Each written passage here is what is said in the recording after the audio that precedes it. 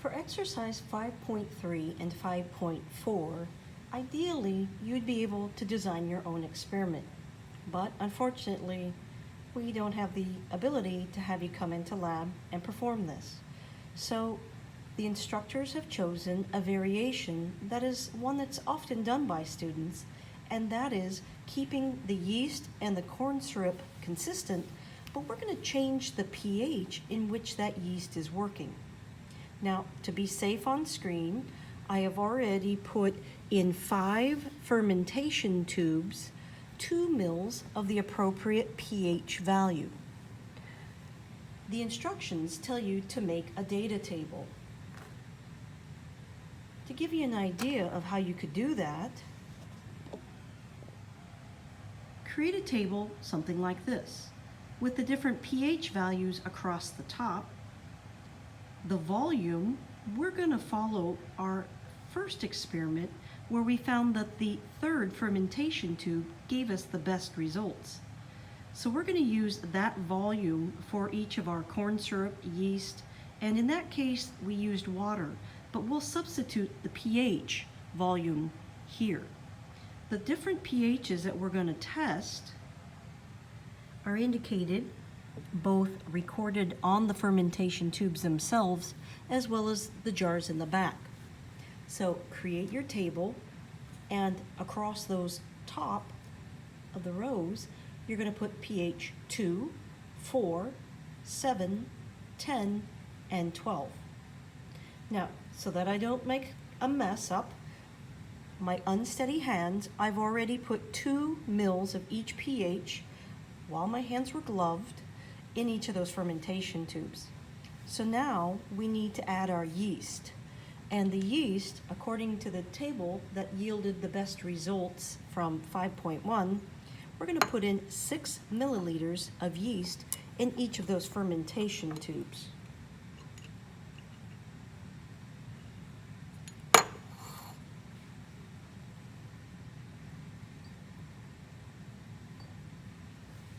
Now note that the sequence in which we add these is critical, meaning I want to add the pH and the yeast together first and actually swirl them together. Let that pH actually have an effect on that yeast. Now if you remember back, that pH can affect organisms in many ways. And we've discussed quite a bit about proteins.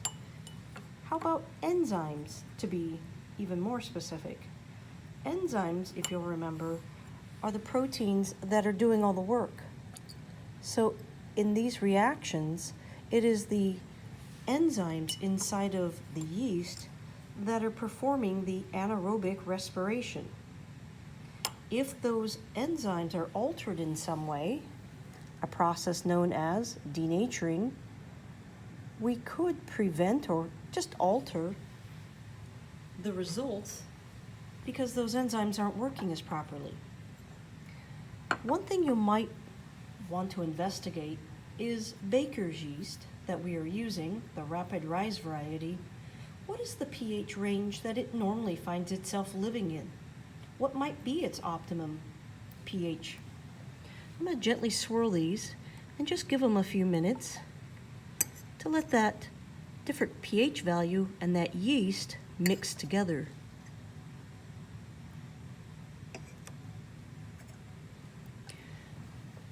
If you remember your pH scale, a pH of 2 is an extreme acid, while a pH of 12 is an extreme base. 7 is our neutral in the middle. You might come up with a hypothesis based on your knowledge of acids, bases, and neutral pHs to try to determine which of these fermentation tubes you believe will yield the greatest amount of carbon dioxide. Now, we'll add our sugar, and recall, we're also adding 6 milliliters. So it was 6 milliliters of yeast, 6 of sugar, and 2 of our pH.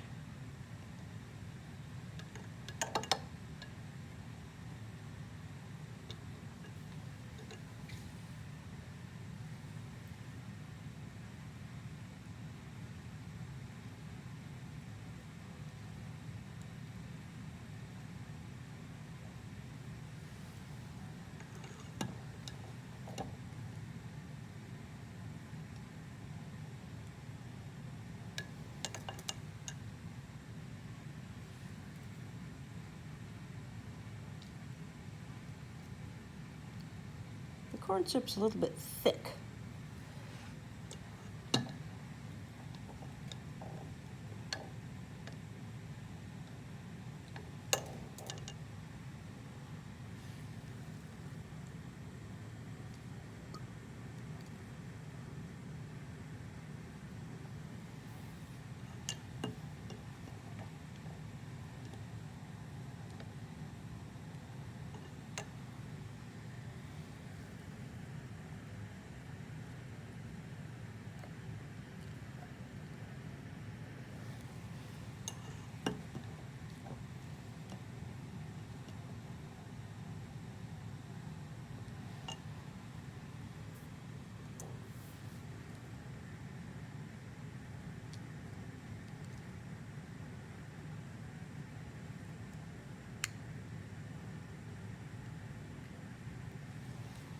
Okay, we have yeast, corn syrup, and each of the pH values in our fermentation tubes. Now recall, we need to mix them and rotate them so that we have no starting gas bubbles up in the graduated stem. And you just have to be patient with this. Let the gas bubbles come up. All right, so note the time for time 0. I'll get all these rotated.